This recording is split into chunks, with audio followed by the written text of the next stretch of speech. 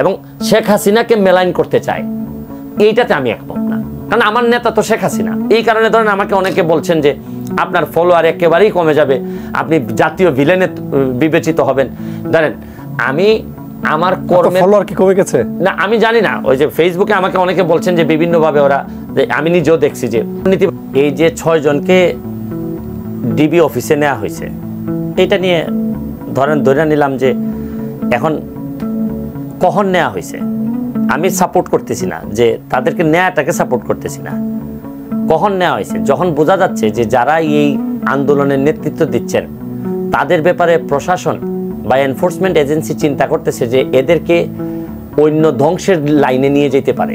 হচ্ছে কি বেশিরভাগ ক্ষেত্রে দেখা যাচ্ছে এদের পার্টনার, এরা তো বেজি না হয়ে বিষধর সাপের পার্টনার হয়ে গেছে, যার কারণে এরা কেউই আর রেগুলারে ধরতে পারে না। কখনো তারে ব্যক্তিগতভাবে কোনো দুর্নীতির জায়গায় আমি পাইনি। আমার কিন্তু গন্ধটা আপনাদের চেয়ে অনেক বেশি, আমি অনেক ভিতরে গিয়ে দেখতে পাই।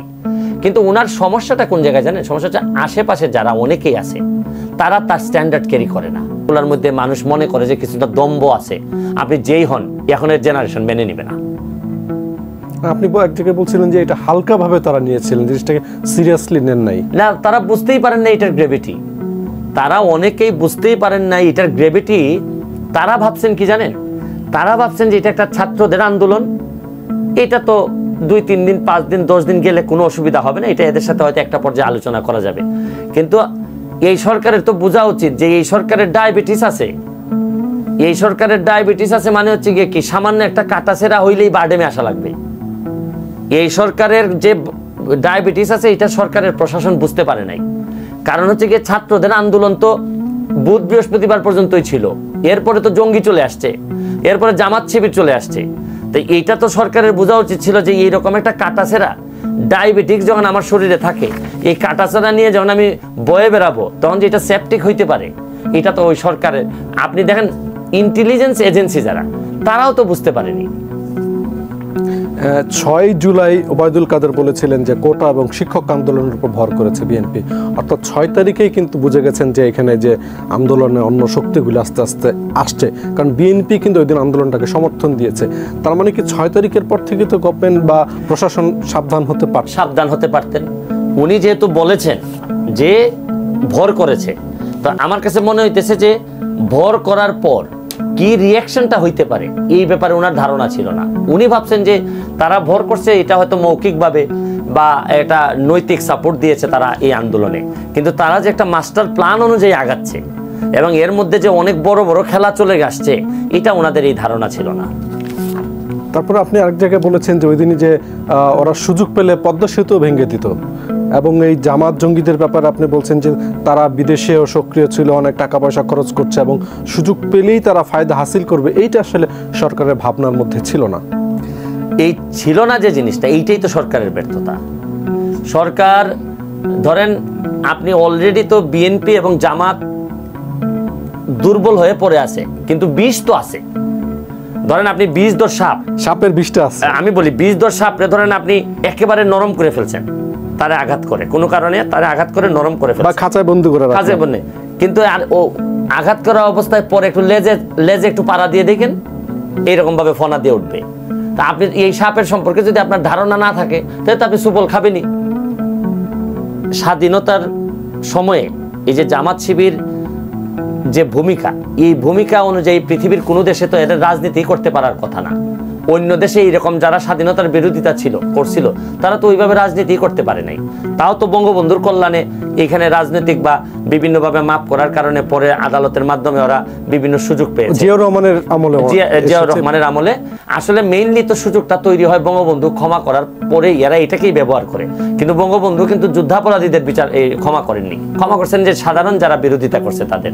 তো সুতরাং আমি মনে করি যে এই প্রক্রিয়া তো যেদিন ট্রাইব্যুনাল শুরু হয়েছে, ট্রাইব্যুনালে বিচার কাজ যখন চলতেছিল তখনই তো এইটার মধ্যেই তো এই অনেকগুলা রায় তো আসছে যে এদের এই রাজনীতি ক্রিমিনাল সংগঠন, হ্যাঁ এরা ক্রিমিনাল অর্গানাইজেশন, বাট এই ক্রিমিনাল অর্গানাইজেশনের তকমা তো জামাত শিবির অনেক আগেই পাইছে।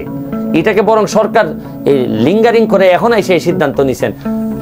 এবং এটা যে 2014 সালে তদন্ত সংস্থা রিপোর্ট দিয়েছে, রাইট, আপনি তো কয়েকটা জাজমেন্টও দেখেছেন যে 10 বছর আগে তদন্ত সংস্থা রিপোর্ট ছিল, সেই সময়টা যদি বিচারটা আসলে করা হতো, অনেকেই বলছেন যে সরকার আসলে বিচারটা করেনি বা কি কোনো কারণে হয়তো এটা সরকারের, ধরেন আপনি যখন কোনো জিনিস বিচার করবেন না বা বিচার করতে যদি আপনার কোনো প্রবলেম থাকে বা না পারেন, তাইলে এটার পরিণাম তো আপনাকে কিছুটা ভোগ করতেই হবে। এবং সেটারই কি মূল্য আমরা দিচ্ছি বিভিন্নভাবে, খালি মূল্য দিচ্ছি যে তা না, মূল্য আরো দিব। মানে এই সরকার এখন তো সিরিয়াস জামাত শিবিরের ব্যাপারে, এখন সিরিয়াস হচ্ছে গিয়ে কি, সিরিয়াস জামাত শিবিরের ব্যাপারে আলাদাভাবে তো জামাত শিবিরের ব্যাপারে সিরিয়াস হওয়ার বিষয় না। আপনাকে দেখতে হবে যে এই আন্দোলনকে ভর করে ছাত্রদের আন্দোলন যৌক্তিক, এই ব্যাপারে কোনো সন্দেহ নেই, সবাই বলছে এটা, সবাই বলছে একই কথা। আমাদের, আমি একটা জিনিস বুঝি না, আপনি একটা জিনিস খেয়াল করে দেখবেন, কোটা সংস্কার তারাও চাচ্ছিল যারা আন্দোলন করছে, সরকারও বলছিল কোটা সংস্কার হবে। এর মানে তাইলে পার্সেন্টেজটা নিয়ে হচ্ছে কি আলোচনার বিষয় ছিল, এটা তো আন্দোলনের বিষয় ছিলই না অতবান্য। এখন যারা কোটার জন্য আন্দোলন করতেছিল, যারা সংস্কার করতেছিল, তারা নিজেরা যৌক্তিক একটা আন্দোলন, এই ব্যাপারে আমার কোনো সমস্যা নেই, আমি এদের পক্ষে। এবং আমি বলছিলাম যে ইন্টারভিউতে যে আমি এদের পক্ষে মামলায় থাকবো। তো কোটা তো হয়ে গেল, তারপর হচ্ছে কি দেখেন একটার পর একটা, এরপরে এদের কি আসতে পারতো, এরা আসবে যে বিচার চাইতে পারে, যারা আহত হয়েছে নিহত হয়েছে এদের জন্য বিচার চাইবে। কিন্তু এখন খেয়াল করে দেখেন, তিনটা জিনিসের উপর আন্দোলন এসে ঠেকে গেছে। আমি এদের কোটা সংস্কারের জন্য আমি একমত, আমি এদের সাথে আছি। কোটা সংস্কার করতে গিয়ে, এই আন্দোলন করতে গিয়ে যারা নিহত হয়েছে এদের জন্য বিচারের প্রক্রিয়ায় আমি যাইতে রাজি। আমাকে যদি অ্যাডভোকেট বা ব্যারিস্টার নিয়োগ দেওয়া হয় আমি তাতেও যাব। কেউ যদি প্রশাসন যদি বা পুলিশ থেকে যদি কোনো ব্যর্থতা থাকে কেউ যদি এক্সেসিভ ফোর্স ব্যবহার করে থাকে, এটার জন্য আমি রাজি। আমিও তো এদের সাথে একমত, কিন্তু একটা জায়গায় আমি এদের সাথে একমত না। এটা হচ্ছে গিয়ে যে জামাত, বিএনপি এবং জঙ্গিদের সাথে মিলে এরা যে এদের যে প্রাধান্য এখন এই আন্দোলনে, জামাত বিএনপির প্রাধান্য তো এখন সবচেয়ে বেশি। এরা এখন কোটাকে ব্যবহার করে এরা সরকার পতন করতে চায়। তো 2টা দিন ওয়েট করেন, যদি না পারেন আপনারা আবার আন্দোলন করেন। কিন্তু ওই সময় তো চলে আসছে অন্য পার্টি, ছাত্রদের কোনো দোষ নাই, ছাত্রদের কোনো দোষ নাই। ছাত্ররা তো এখানে তো ওইভাবে নেতৃত্ব কেউ দিচ্ছে না। এখানে একটা যৌক্তিক আন্দোলন নিয়ে, আমিও তো যখন ছাত্র ছিলাম যৌক্তিক আন্দোলন হইলে আমিও তো গেছি। আমার 500 প্রশ্ন ছিল যে ওইটার জন্য আমি আন্দোলনে, আমার মনে আছে আমি গেছি। এখানে ছাত্রদের কোনো বিষয় না। এবং যারা মারা গেছে তারাও কিন্তু ইনোসেন্ট ভিকটিম, তাদের কোনো দোষ ছিল না। এখন পুলিশের যদি জিজ্ঞেস করেন, পুলিশ হয়তো বলবে যে আমরা জান বাঁচাইতে গিয়া সেলফ, এখন এগুলো তো দেখার প্রশ্ন যে আমি সেলফ ডিফেন্সে করছি কিনা, এইটাই তো কমিশন হয়েছে এখানে। তো আলটিমেটলি আপনার সাথে আমি কোটা সংস্কার পর্যন্ত আছি আন্দোলনে, আপনার সাথে আমি বিচারের প্রক্রিয়ায় আছি। কিন্তু আপনি যদি এই প্রক্রিয়ার মধ্যে ভিতরে যদি লুকাই থাকেন যে আপনি এই সরকারের পতন করতে চান বা গণভবন দখল করতে চান, অথবা আমার নেতা শেখ হাসিনাকে আপনি মেলাইন করতে চান, তাহলে আমি আপনার সাথে নাই। আমার নেতা শেখ হাসিনা, এই কারণে আপনি আমাকে যত ইচ্ছা আপনি আমাকে ধুলাই করতে পারেন, আপনি আমার আনফলো করে আপনি আমাকে জাতীয় বেঈমান হিসাবে ঘোষণা করতে পারেন, কিন্তু আমি যার আগে থেকে ছিলাম, কারণ আমার চরিত্র সম্পর্কে আপনাদের জানা উচিত। দেখেন কত বড় ক্ষতি হয়ে গেছে। এখন আন্দোলন করতেছে ছাত্ররা, জঙ্গিরা সব ঢুকে গেল, জামাত শিবির জেলখানা ভাঙলো, হ্যাঁ সব ভাঙলো, জেল টেল থেকে ভাঙলো। ক্ষতি কি পরিমাণ হইলো মনে করলাম, আমি বিশ্বাস করি যে যা ক্ষতি হয়েছে এটা অত বড় ক্ষতি না যতটা মানুষ ক্ষতি হয়েছে। মানুষের দাম সবার আগে অবশ্যই। কিন্তু একটা জিনিস দেখেন কত বড় একটা ক্ষতি হয়ে গেছে আমাদের বা আমি অপোজ করবো না, কিন্তু পুরা যে রাষ্ট্র যে সংস্কার করবেন, রাষ্ট্র সংস্কার করার বিষয়ে দুর্নীতির কথা কিন্তু কোথাও নাই। এটাই সবচেয়ে যে বড় লসের যে বিষয়টা। এর যারা আন্দোলন করতেছে তারা কিন্তু মাথার মধ্যে হচ্ছে গিয়ে যে আমার প্রোফাইল লাল করতে হবে, এদের কথা হচ্ছে প্রোফাইল লাল করতে হবে।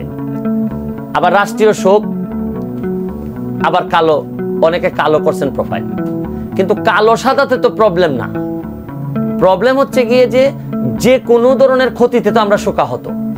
আপনি আমার ছেলে হোক, আমার মেয়ে হোক, বা আপনার ছেলে হোক, মেয়ে হোক, যারা মারা গেছে তারা বুঝে যে তারা কি হারাইছে।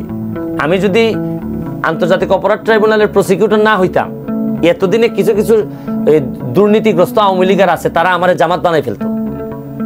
শুধু ট্রাইব্যুনালে আমার প্রসিকিউটর ছিলাম, আর আমার চরিত্রের মধ্যে কোনো দুর্নীতি নাই, আর আমি কোনোদিনই দলের সাথে কোনোদিন আমি বেইমানি করি নাই। কতগুলা সিচুয়েশন আসছে। এই কারণে আমি পারি নাই, কারণ এদের একটা স্বভাব আছে, যারাই 2 নাম্বার আওয়ামী লীগ টের পাবেন কেমনে, এরা কোনো ভালো ছেলে আওয়ামী লীগ করলে এরা কোনোভাবে চায় যে জামাত শিবির বানাই ফেলতে।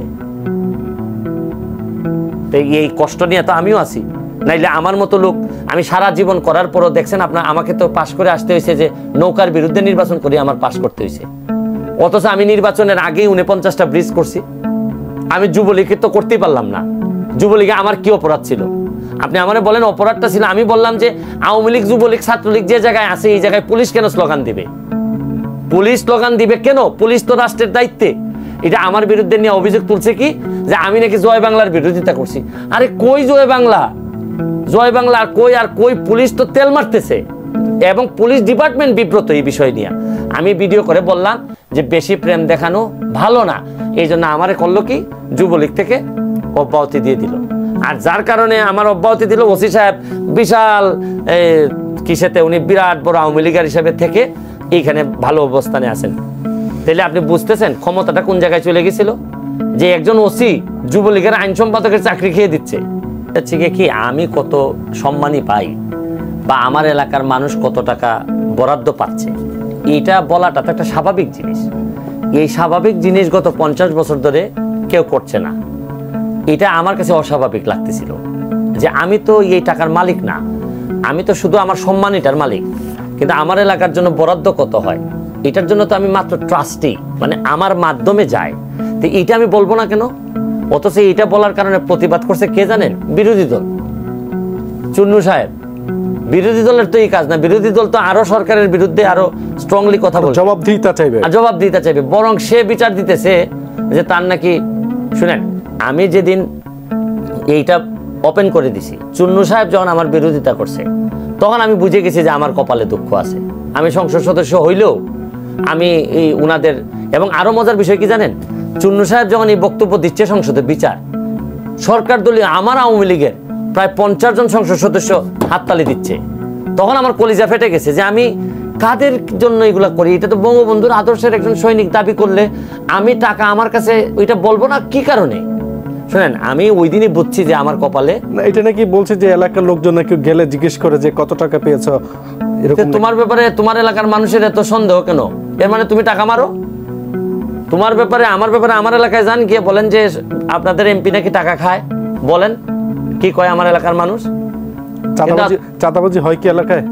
আরো একটা সুন্দর কথা বলি, চাঁদাবাজি বন্ধ করতে গিয়ে যে কত ঝামেলায় আছি, কারণ আমি তো 50 বছরের সিস্টেমে হাত দিছি। আজকে সকালে ঘটনা শুনেন, আমার মাধবপুর উপজেলায় পৌরসভার একজন চাঁদা তুলতেছে, তো যখন একজন বলছে যে আমি চাঁদা দিব না, কেন চাঁদা দিব, মহাসড়কে চাঁদা, বলে যে এই চাঁদার ভাগ এমপি সাহেবের চাচাও পায়। তো আমার ফোন দিছে, তা আমার তো চাচাই নাই, আমার বাবাও নাই। সাথে সাথে আমি ওসি সাহেবকে ফোন দিলাম, দিয়ে বললাম যে আপনি এখনই তারে ধরে নিয়ে আসবেন, ধরে নিয়ে এসে জিজ্ঞেস করবেন যে এমপি সাহেবের চাচাকে বের করো। তারপর যাই ওসি সাহেব দক্ষতার সাথে ধরে নিয়ে আসছে। আইসা তারপর 200 লোক আসছে তার পক্ষে, আইসা ক্ষমা প্রার্থনা করছে। তখন আমি বলে দিছি যে সারা এলাকায় পানিশমেন্ট হিসেবে সারা এলাকায় বলবে গিয়া যে এমপি সাহেবের কোনো চাচা নাই, এবং চাচা, মামা, খালা কেউ এই চাঁদাবাজিতে কখনো ছিল না, থাকবেও না।